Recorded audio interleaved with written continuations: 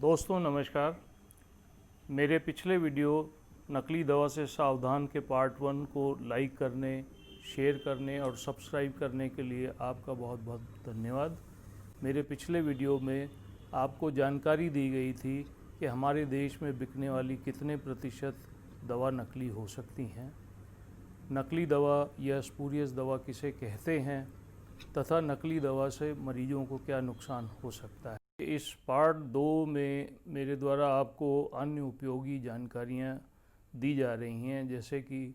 नकली दवा के निर्माण, विक्रय करने वाले, वितरण करने वाले व्यक्ति अथवा फर्म किस कानून के अंतर्गत सज़ा के पात्र होते हैं। ड्रग एक्ट के किन प्रावधानों को अनुपालन करने वाले दवा कारोबारी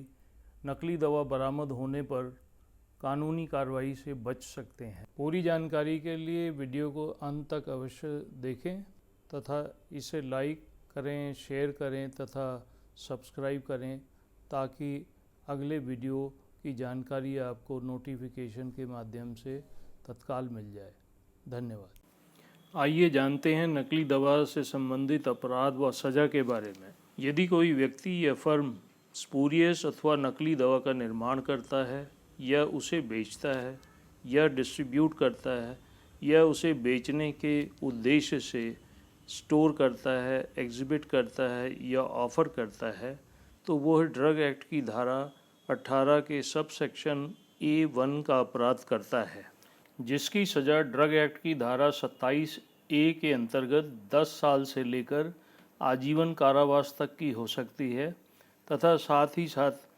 10 लाख रुपए अथवा जब्त की गई स्पूरियस दवा के मूल्य का 3 गुना मूल्य जो भी अधिक हो, फाइन भी हो सकता है। यह सज़ा उन स्पूरियस दवा के लिए निर्धारित है जिससे किसी व्यक्ति की जान को खतरा हो अथवा उसके शरीर को गंभीर नुकसान पहुंचने का खतरा हो। इसी अपराध की सज़ा ड्रग एक्ट की धारा 27C के अंतर्गत 7 वर्ष से लेकर आजीवन कारावास तक की हो सकती है और साथ साथ 3 लाख रुपए अथवा जब्त की गई दवा के मूल्य का 3 गुना तक जुर्माना हो सकता है। यह सज़ा ऐसी स्पूरियस दवाओं के लिए निर्धारित है जो धारा 27A में संदर्भित नहीं है, यानी कि जिनसे जान का खतरा ना हो अथवा शरीर को गंभीर नुकसान होने का खतरा ना हो। यदि कोई व्यक्ति बिना लाइसेंस के स्पूरियस दवा का निर्माण करता है, इसकी बिक्री करता है अथवा डिस्ट्रीब्यूशन करता है अथवा इनकी बिक्री के लिए ऐसी दवाओं को स्टोर करता है, उनका प्रदर्शन करता है या ऑफ़र करता है, तो वो ड्रग एक्ट की धारा 18C का उल्लंघन करता है, जिसकी सज़ा धारा 27 के सब सेक्शन B2 के अंतर्गत 3 से 5 वर्ष तक का कारावास तथा साथ साथ 1 लाख रुपए अथवा जब्त की गई दवा के मूल्य का 3 गुना जो भी अधिक हो जुर्माना हो सकता है। यदि कोई व्यक्ति या फर्म स्पूरियस दवा कहाँ से प्राप्त की गई अथवा खरीदी गई के संबंध में जानकारी नहीं उपलब्ध कराता है, तो यह ड्रग एक्ट की धारा 18A का उल्लंघन होता है, जिसके लिए धारा 28 के अंतर्गत 1 वर्ष तक के कारावास की सज़ा हो सकती है अथवा कम से कम 20,000 रुपये का जुर्माना हो सकता है अथवा यह दोनों दंड एक साथ हो सकते हैं। नकली दवा के सोर्स की जानकारी के प्रमाण स्वरूप परचेज इनवाइस को प्रस्तुत करना आवश्यक है। यदि स्पूरियस दवा किसी अन्य कंपनी की दवा की नकल है जो कि ट्रेडमार्क्स एक्ट अथवा कॉपीराइट एक्ट में रजिस्टर्ड है, तो संबंधित के खिलाफ ड्रग एक्ट के अलावा ट्रेडमार्क्स एक्ट एवं कॉपीराइट्स एक्ट के प्रावधानों के अंतर्गत भी कानूनी कार्रवाई हो सकती है। अक्सर दवा कारोबारी जो सैकड़ों दवाओं को खरीद कर बिक्री करता है, उसे पता नहीं होता है कि उसके प्रेमिसेस में कोई नकली या स्पूरियस दवा उपलब्ध है। ड्रग इंस्पेक्टर द्वारा ऐसी दवा का नमूना ले लिए जाने पर जांच में स्पूरियस पाया जाता है, जो दवा व्यवसायी के लिए बहुत बड़ी मुसीबत का कारण बन जाता है। आपके लिए ये जानना जरूरी है कि ड्रग एक्ट की किस धारा के प्रावधानों का अनुपालन करने वाले दवा व्यवसायी नकली दवा संबंधी कानूनी कार्रवाई में अपना बचाव पक्ष प्रस्तुत कर सकते हैं। यदि किसी दवा व्यवसायी के पास से नकली दवा बरामद होती है अथवा उसके परिसर से रेगुलेटरी ऑफिसर द्वारा लिए गए किसी दवा के नमूने को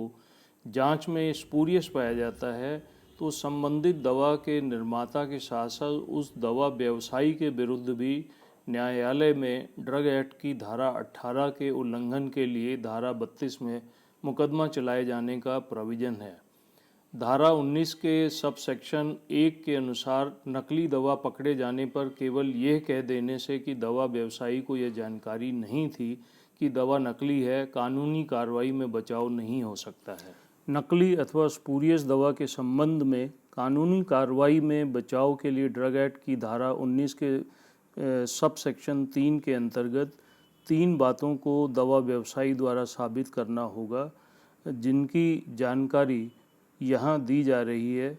और वो आपके लिए उपयोगी हो सकती है। ध्यान रहे कि इस धारा के प्रावधानों का लाभ दवा के निर्माता अथवा उसके एजेंट को नहीं मिल सकता है। सेक्शन 19 के सब सेक्शन 3A के अनुसार दवा व्यवसायी को ये साबित करना होगा कि उसके द्वारा दवा को लाइसेंस धारक दवा निर्माता अथवा उसके डिस्ट्रीब्यूटर अथवा किसी लाइसेंस धारक डीलर से ही प्राप्त किया गया है। इसके प्रमाण स्वरूप दवा व्यवसायी को अधिकारी द्वारा मांगे जाने पर नकली पाई गई दवा का परचेज इनवाइस प्रस्तुत करना आवश्यक होगा। अतः प्रत्येक दवा व्यवसायी के लिए आवश्यक है कि बिक्री या वितरण के लिए खरीदी गई समस्त दवाओं के परचेज इनवाइसेस को तिथिवार व सीरियल नंबरिंग करके कम से कम 2 वर्ष तक सुरक्षित रखें, जैसा कि ड्रग लाइसेंस की शर्त में भी निर्धारित है। यदि किसी दवा व्यवसायी के परिसर से किसी दवा का नमूना ड्रग इंस्पेक्टर द्वारा जांच के लिए एकत्र किया गया है, तो संबंधित दवा बैच के परचेज इनवाइस को विशेष सावधानी के साथ सुरक्षित रखें जब तक उस दवा के स्टैंडर्ड क्वालिटी पाए जाने की लिखित सूचना ड्रग इंस्पेक्टर से प्राप्त न हो जाए। यदि दवा के नमूने के स्पूरियस पाए जाने की जांच रिपोर्ट ड्रग इंस्पेक्टर से प्राप्त होती है, तो संबंधित दवा बैच के परचेज इनवाइस को मुकदमे के लिए संभाल कर रखें। सेक्शन 19 के सब सेक्शन 3B के अंतर्गत प्रमाणित करना होगा कि दवा व्यवसायी को दवा के नकली होने की कोई जानकारी नहीं थी और ना ही दवा को बाहर से देखकर उसके नकली होने की जानकारी उसे हो सकती थी। बचाव हेतु केवल यह तर्क दिया जा सकता है कि दवा व्यवसायी द्वारा इस दवा को बेचने या वितरण करने के लिए पहली बार नहीं खरीदा गया था और इस दवा की पैकिंग तथा पहले प्राप्त की गई इसी दवा की पैकिंग में प्रथम दृष्टया कोई अंतर नहीं महसूस हुआ, जिससे इसके नकली होने का कोई संदेह उसे हो सकता। चूँकि दवा व्यवसायी द्वारा इस दवा को प्रॉपर इनवाइस के माध्यम से लाइसेंसधारी फर्म से ही खरीदा गया था, जिस फर्म से वह पूर्व में भी दवा खरीदता रहा है, उसे प्रश्नगत दवा के नकली होने का आभास होने की संभावना नहीं हो सकती थी। सेक्शन 19 के सब सेक्शन 3C के अंतर्गत प्रमाणित करना होगा कि दवा जब तक दवा व्यवसायी के पास रही उसे निर्धारित कंडीशंस में ही स्टोर किया गया था और उसे उसी अवस्था में रखा गया था जिस अवस्था में उसे खरीदा या प्राप्त किया गया।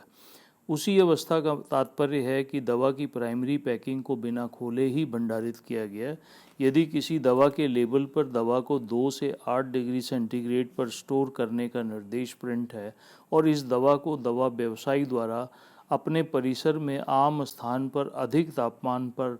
स्टोर किया गया है और रेगुलेटरी ऑफिसर ने दवा के नमूने को जांच हेतु एकत्र करते समय अपनी निरीक्षण रिपोर्ट में या नमूनों से संबंधित डॉक्यूमेंट में स्टोरेज की वास्तविक कंडीशन का उल्लेख कर दिया है,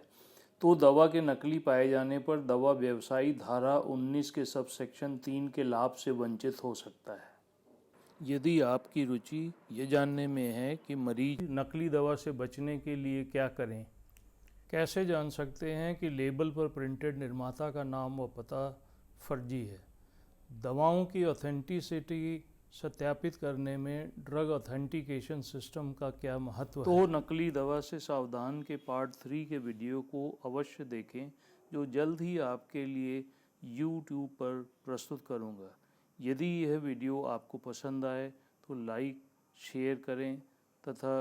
यदि चैनल को अभी तक आप द्वारा सब्सक्राइब नहीं किया गया है तो कृपया सब्सक्राइब करें। धन्यवाद।